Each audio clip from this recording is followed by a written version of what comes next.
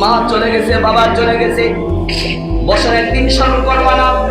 মা শহীদ বুদ্ধিজীবী কবরস্থানে শুয়ে আছে, বছরের পর বছর চলে যায়, মায়ের কথা স্মরণ হয় না। ওই যে বাবা কন্যা রাজশাহীতে আছে, বাবা কিন্তু না খাওয়ায় তোমাকে খাওয়াইছে, বাবা ভালো পড়ে নাই তোমাকে পড়াইছে, বাবা মাথার গাম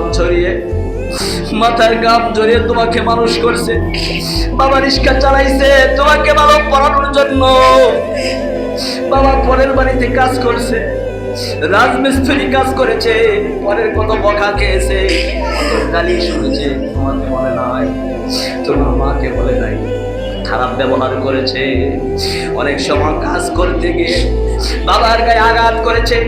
আমি অনেকবার দেখেছি রিক্সা চালায় বৃদ্ধ মানুষ রিক্সা চালাইতে পারে না। কিছুদিন আগে আমি এরকম একটা রিক্সায় চললাম, বললাম কি ব্যাপার বাবা, আপনার কি ছেলে মেয়ে নাই? বলে আমার ছেলে আছে, পড়ালেখা করাইছি, মানুষ করছি। ছেলেটা আমাকে বলে গেছে বিবি কিনে ফ্ল্যাটে থাকে, সরকারি চাকরি করে, মেয়ে নাই করে মেয়েরও বিবাহ হয়ে গেছে। আমরা বুড়া বুড়ি অনেক কষ্টে আছি। কিছুদিন যাওয়ার পরে টাকা দিয়ে বললাম ভাই ভাড়া নিয়ে চলে যান, একটু থামান না।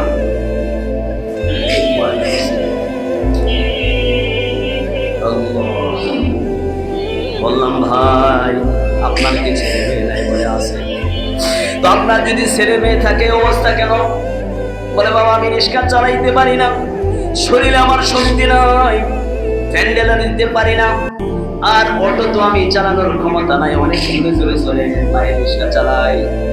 আরে ভাই 80 বছর একটা বৃদ্ধা লোক যদি রিক্সা চালাই কত কষ্ট, কি বলেন ঠিক কিনা?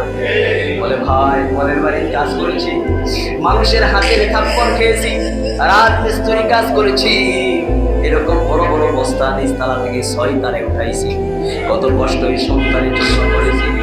আজকে সন্তান পড়ালেখা করে বিসিএস ক্যাডার হয়েছে, বড় চাকরি পেয়েছে, বিবি কিনে আরামে থাকে, আমাদের কোনো খোঁজ খবর নাই, কি বলেন ঠিক কিনা?